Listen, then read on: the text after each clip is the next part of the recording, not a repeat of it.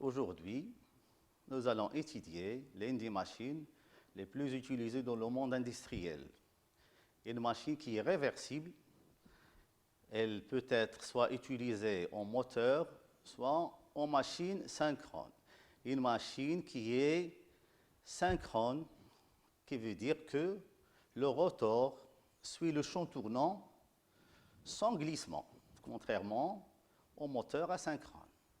La machine qu'on va étudier aujourd'hui est la machine synchrone. Alors,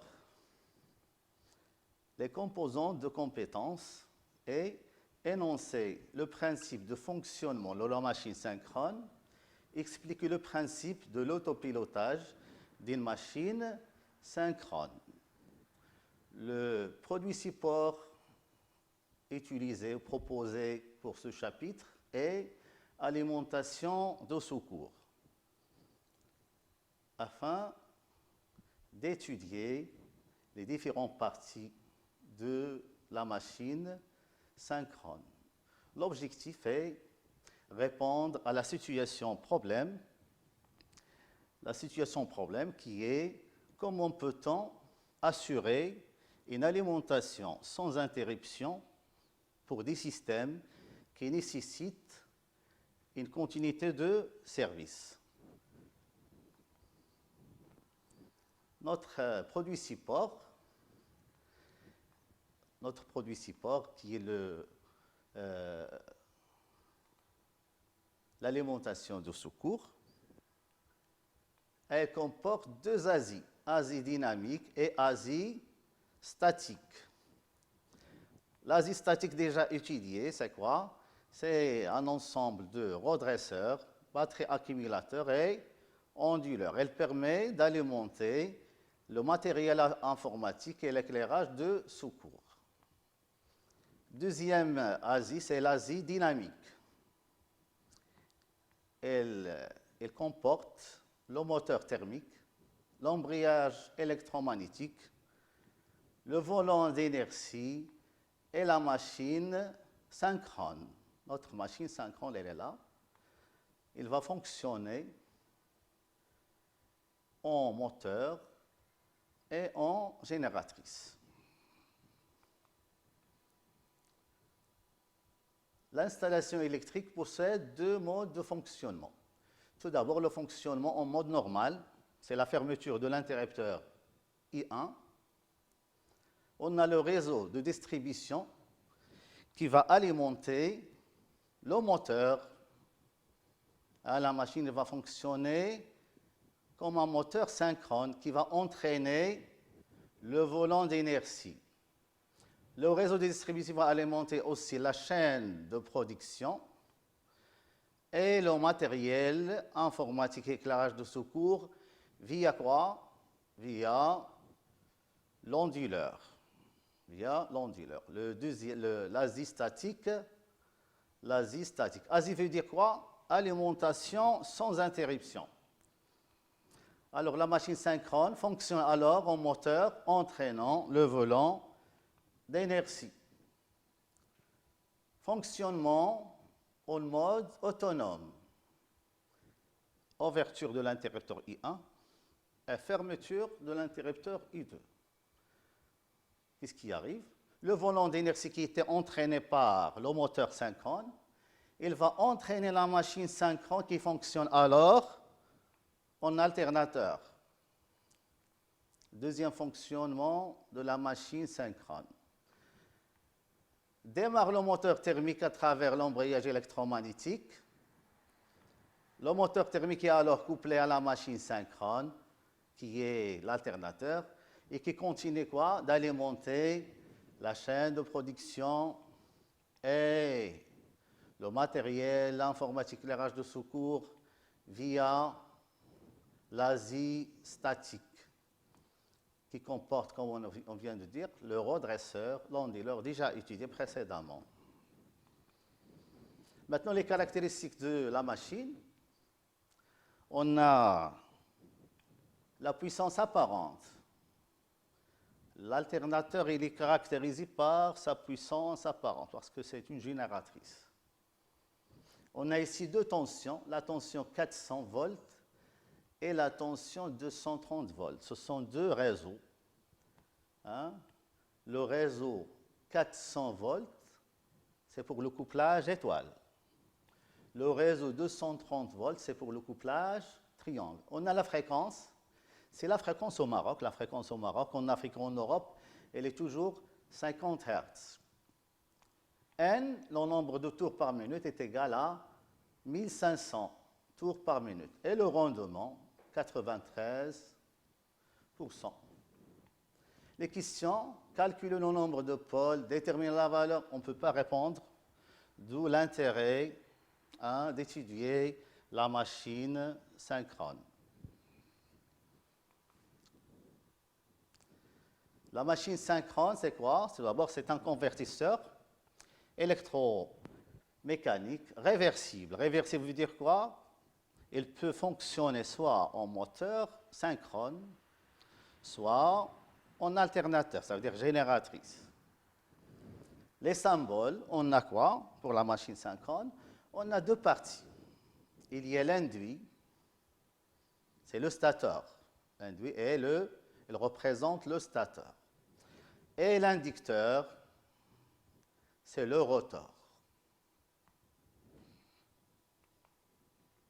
L'organisation de la machine, simplifiée, est quoi? L'alternateur comprend deux parties principales, l'inducteur, le rotor. L'induit, le stateur. L'inducteur, il a pour rôle de créer un champ magnétique tournant à l'aide d'un rotor magnétisant mis en rotation. Pourquoi un champ magnétique tournant? Pour faire varier le flux. La variation de flux entraîne création de quoi? De force électromotrice, selon la loi de Lenz, qui dit quoi? Que E, la force électromotrice, est égale à moins N dφ sur dt. Comme on a vu pour le transformateur, au primaire, c'était N1 dφ, moins N1 dφ sur dt, et pour le secondaire, moins N2 dφ sur dt. Pour la machine synchrone, la force électromotrice est égale à moins N dφ sur dt. On a pour l'inducteur, il y a deux grandes familles. Tout d'abord,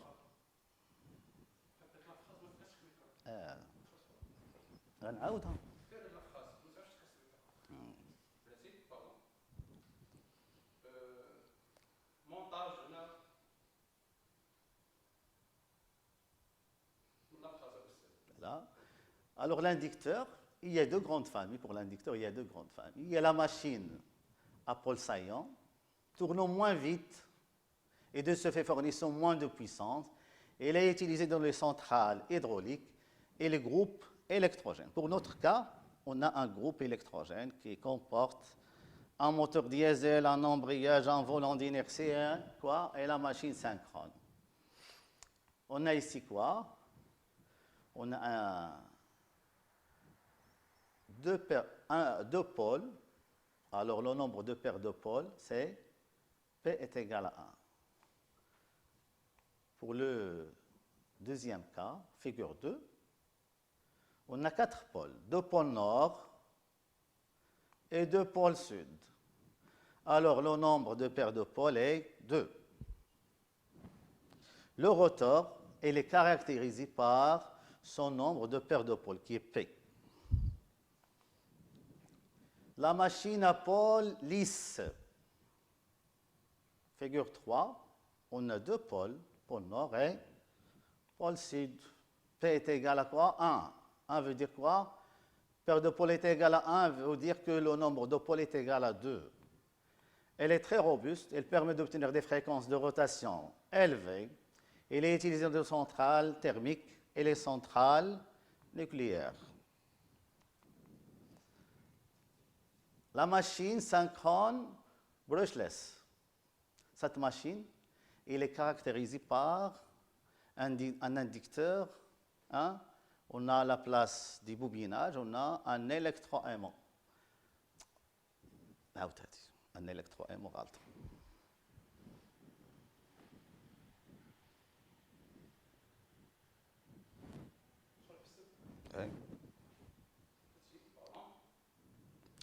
La machine synchrone.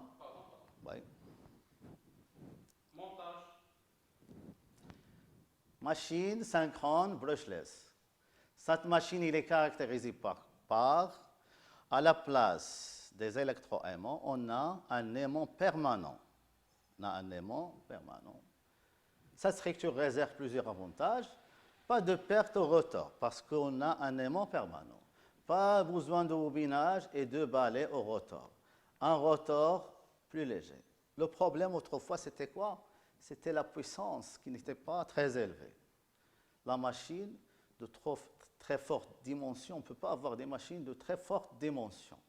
Mais avec les progrès réalisés sur les aimants, on observe une montée en puissance de ces moteurs.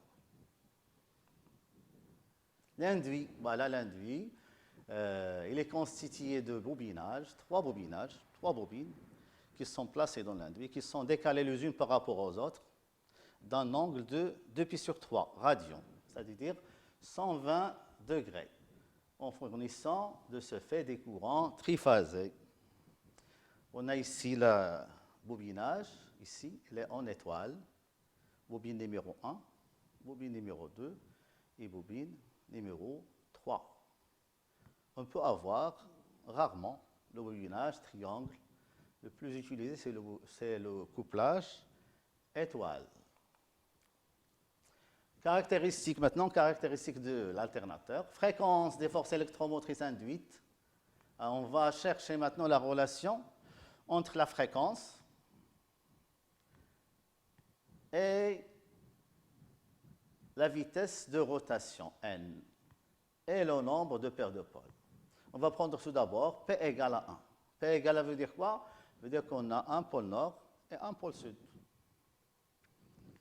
On place un conducteur ici, on va voir la fréquence de la force électromotrice pour ce conducteur. Tout d'abord, on va prendre n est égal à 1 tour par seconde. Position numéro 1. Le conducteur il est sous le pôle nord. Rotation de 80 degrés, dans le sens des aiguilles d'une montre. On a le conducteur, il est entre le pôle nord et le pôle sud, ça veut dire 0. Rotation 90 degrés. Le conducteur il est sous le pôle sud. Troisième rotation. On a le conducteur, il est entre le pôle nord et le pôle sud. Et enfin, la dernière, on a le conducteur, il revient à sa place, donc n est égal à 1. On a quoi? On a la fréquence qui est égale à quoi? Est égale à 1. La fréquence des forces électromotrices, c'est 1. Nord, 0, sud, 0, et revient au nord. Pour P égale maintenant 2. P égale à 2 veut dire quoi? 2 pôles nord et 2 pôles sud. Même position pour le conducteur, elle est sous le pôle nord. Rotation sous le pôle sud. Et notre rotation, elle est sous le pôle nord. Voilà, une période, première période. Rotation pôle sud et notre rotation, deuxième période. Alors, on a la fréquence F qui est égale à 2 fois n. Alors, en général, la fréquence des forces électromotrices induites est égale à P, le nombre de paires de pôles, fois la vitesse de rotation n. Aussi, si on multiplie F par 2π, on obtient quoi? La pulsation. Et si on multiplie n par 2π, on obtient quoi? La vitesse angulaire, ou bien la vitesse de rotation. Alors, l'autre relation, c'est quoi? La pulsation est égale P fois la vitesse angulaire, vitesse de rotation. On a un petit tableau ici. On va chercher quelques valeurs, 4 valeurs. On sait qu'au Maroc, la fréquence, elle est égale à 50 Hz. Maroc, Afrique, Europe, fréquence est égale à 50 Hz. On va prendre différentes valeurs de P. On va chercher N en tours par seconde, N en tours par minute et la vitesse angulaire. La relation tout d'abord, on a pour P est égal à 1, on a n qui est égal à quoi? Qui est égal à 50 sur 1, ça fait 50. Maintenant, pour P est égal à 2, on va trouver quoi? C'est 50, F égale à 50, sur 2. On a ici quoi? 25. On a ici 25. Deuxième question, concernant le nombre de tours par seconde. Pour P égale à 50, on cherche la valeur de n. N est égal à quoi? C'est la fréquence. 50 divisé par ça fait combien? Ça fait ici, c'est 1. On tourne par minute. On doit multiplier par 60. On obtient ici quoi? 1000. Ça fait 3000. Divisé par 3, ça fait 1000. Et enfin ici, c'est quoi? C'est la vitesse angulaire. C'est 2pi fois n. 2 fois 50, ça fait 100 fois pi, c'est 314. Valeur efficace de la force électromotrice induite par un enroulement. Chaque enroulement génère une force électromotrice induite selon la loi de Lenz. C'est E toujours est égal moins n dφ sur dt. Phi, c'est quoi? C'est le flux. Le flux, c'est quoi? Le produit scalaire des champs magnétiques d'induction et la section circuit magnétique. On obtient, comme pour le transformateur, l'expression de E, qui est égale à K fois F, la fréquence, fois N, le nombre de conducteurs actifs par enroulement, phi max, qui est égal à quoi? B max fois S. Pour le transformateur, on a trouvé que E est égal à 4,44 N1 F N B max S. Et pour le secondaire, c'était N2 pour N2. Ici, on a K. Pourquoi on a K? Parce que pour le transformateur, c'est une machine qui est statique. On a la valeur de K est égale à 4,44, depuis sur la racine de 2. Mais pour notre machine synchrone, le coefficient K, il ne dépend que des caractéristiques technologiques de l'alternateur, parce que c'est une machine qui est tournante. Maintenant, on passe au couplage de l'alternateur triphasé. Comme vous savez, il y a deux couplages pour le transformateur, pour notre alternateur. Il peut être couplé soit en étoile, soit en triangle. On va prendre l'exemple de l'essai à vide. L'essai à vide veut dire quoi? Il n'y a pas de charge. Pas de charge. Le courant est égal à 0. Le courant est égal à 0. Donc, on a la tension directement est égale à la force électromotrice induite. Alors, si on prend maintenant E égale à 230, pour le couplage étoile, on a eu une tension composée. Une tension composée entre phase 1 et phase 2. C'est la tension U1,2. La relation de U avec E est représentée par quoi? Par V, parce que c'est la force électromotrice pour un enroulement. C'est que la tension composée, comme on a déjà vu lors de l'étude du système triphasé, la tension composée est égale à la racine de 3 fois la tension simple. La tension simple est quoi? La tension entre phase et neutre. La tension composée, la tension entre phase et phase. Alors on a E est égal à E fois la racine de 3, qui est égal à quoi? La racine de 3 fois 230, ça fait combien? C'est 400 volts. Voilà le câblage normalisé. Pour le couplage triangle, la tension au bord de chaque enroulement est une tension qui est composée. Alors, on a directement E égale à E. Ici, on doit écrire quoi? E est égal à E. La valeur numérique est quoi? 230 volts.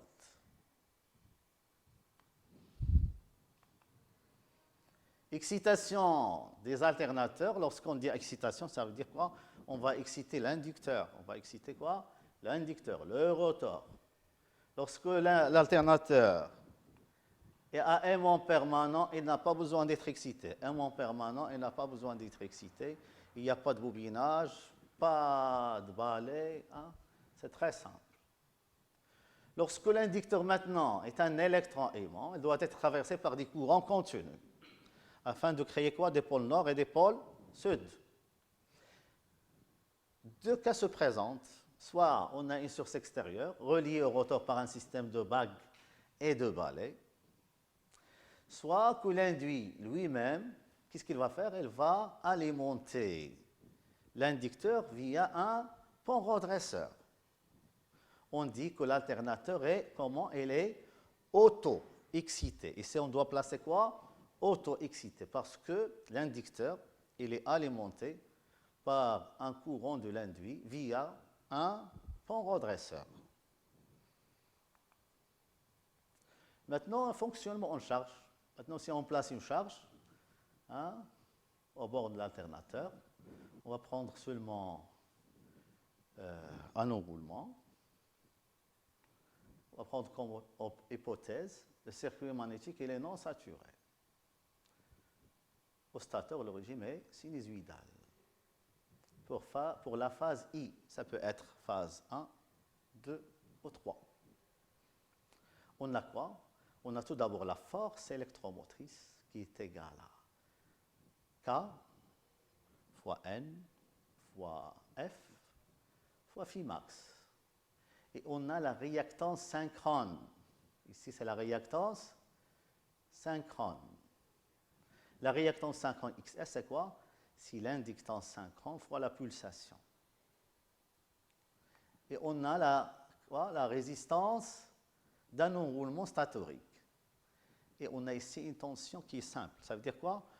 L'alternateur est couplé en étoile. Si on a un alternateur qui est couplé en triangle, on doit trouver quoi? Une tension qui est composée. Et l'enroulement il est traversé par le courant par phase. Maintenant, on a l'enroulement est traversé par le courant de ligne I. Et la tension est une tension qui est simple. Donc ici, on est en train d'étudier un alternateur qui est couplé en étoile. D'après la loi des mailles, on a VI, la notation ici elle est complexe, VI est égal à EI moins, entre parenthèses, RS plus JXSS, ferme la parenthèse, fois le courant II. On passe à la représentation vectorielle, diagramme de Ben-Eschenburg, bien diagramme vectoriel. On parle ici de quelle est la nature de la charge ici. On a la tension qui est en avance par rapport au courant. Alors on est en train d'étudier une charge qui est inductive, une charge qui est inductive. On trace tout d'abord la tension V, et après, on ajoute quoi? Le vecteur RSI, qui doit être parallèle avec le courant I. Pour la construction, on doit placer RI parallèle avec I. Et on a XSI', parce qu'il y a un phaseur de 90 degrés. Parce que XS, c'est un nom J, normalement c'est JXSI. Elle est complexe. Donc, on place ici quoi? Le vecteur XSI', qui est perpendiculaire au vecteur RSI. La somme de ces trois vecteurs, c'est E. Maintenant, si on a une charge résistive, le courant doit être comment? Collinéaire avec la tension V. Même direction et même sens. RS aussi. Elle est dans la direction et le sens du vecteur V. Et XS est le perpendiculaire. On a un triangle qui est rectangle. Il y a d'autres cas, bien sûr. Mais... Détermination maintenant. Comment peut-on déterminer la réactance synchrone? Détermination de XS. Voilà. Pour déterminer XS, on a deux essais. Essai à vide, E en fonction de courant d'excitation, et essai en court-circuit. Le courant de court-circuit, on court-circuite l'alternateur en fonction de IE. Et on a les deux caractéristiques ici. D'après ce qu'on a déjà vu, c'est le courant. Si on a un court-circuit, alors V est égal à 0. Et on a le courant et on a ZS qui est égal à quoi? C'est égal à la force électromotrice divisée par le courant I. Maintenant, pour déterminer tout d'abord, dans un premier lieu, ZS, on prend pour le même courant II. Et on doit trouver le courant ICC et la force électromotrice E0. Pour le même courant IE, 0 par exemple, on doit déterminer d'après les caractéristiques le courant de court-circuit 0 et la force électromotrice E0. Et on va trouver que XS, on doit déterminer tout d'abord ZS, qui est égal à quoi? Ici, c'est E0 divisé par ICC. Et XS, d'après le théorème de Pythagore, il est égal à la racine de Z carré moins R carré. La réactance est généralement très grande devant la résistance d'un enroulement, alors on peut négliger le R devant Z et on trouve que Z qui est égal à E0 sur SSE0, il est à peu près égal à la réactance synchrone. Maintenant, le bilan de puissance. La puissance absorbée, c'est la puissance absorbée ici. Elle est égale à la puissance mécanique des moteurs d'entraînement. Pour notre système, il y a un moteur d'entraînement, le moteur thermique. Et il y a la puissance électrique consommée par l'inducteur. La puissance est-il? C'est la puissance électrique fournie à la charge. Donc l'entrée, elle est mécanique, puis l'excitation. Et la sortie, elle est électrique, parce qu'il s'agit ici de quoi? D'une génératrice. Les pertes joules, il y a deux pertes. Il y a les pertes joules dans l'induit et les pertes joules dans l'inducteur. Les pertes joules de l'induit, ça dépend du couplage tout d'abord. Ça dépend du couplage. Si on a la résistance d'un enroulement, chaque enroulement, il va consommer RS I carré. Les trois enroulements, les pertes joules statoriques, c'est égal à quoi? 3 RS I carré pour le couplage étoile. Maintenant, si on a un couplage triangle, les résistances sont traversées par le courant par phase J. Alors, les pertes joules statoriques est égal à quoi? 3 RS G carré. Pour le couplage triangle, la relation entre le courant en ligne et le courant par phase, c'est quoi? C'est que I est égal à la racine de 3 fois J. Alors, I carré est égal à 3 fois J carré. Alors, les PJS est égal à quoi? Est égal à RS I carré. Maintenant, si on a la résistance mesurée entre deux bornes, résistance mesurée entre deux bornes, peu importe le couplage, les pertes joules statoriques sont égales à quoi? 3 sur 2 R I carré.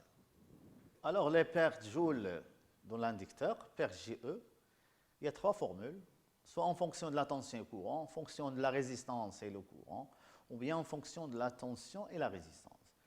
Hein? Expression numéro 1, c'est que perte joule d'excitation est égale à UE fois IE. Si on remplace maintenant la tension UE par RIE, on va trouver quoi?